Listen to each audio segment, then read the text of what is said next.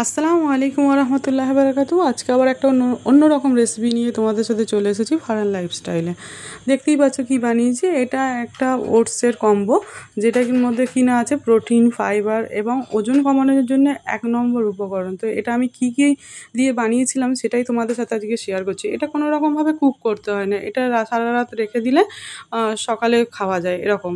তো প্রথমে আমি নিয়ে নিচ্ছি কুইকার ওটস, যেটা কিনা বাজারে যে কোনো দোকান থেকে পাওয়া যায়। তারপরে দিয়ে দিচ্ছি ফোটানো গরুর দুধ, আর দিয়ে দেবো চিয়া সিড। এরপরে এটার মধ্যে দিয়ে দিচ্ছি একটু মধু।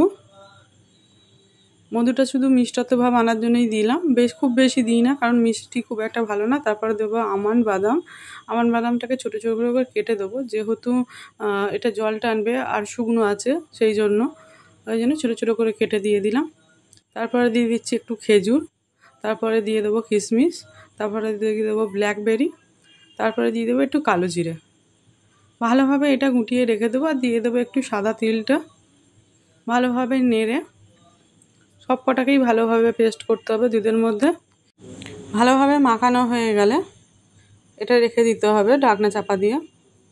আমার মাখানো হয়ে গেছে, এবার আমি ঢাকনা চাপা দিয়ে ফ্রিজের মধ্যে রেখে দেবো, যেহেতু দুধ আছে, নাহলে দুধটা কেটে যাবে। এটা আমরা টক দই দিয়েও বানাতে পারি, কিন্তু ঘরে সেদিন টক দই ছিল না, সেই জন্য দুধ দিয়ে বানিয়েছিলাম। পরের দিন আমি সকালবেলা খুলেছিলাম, দেখো কত সুন্দর হয়েছে।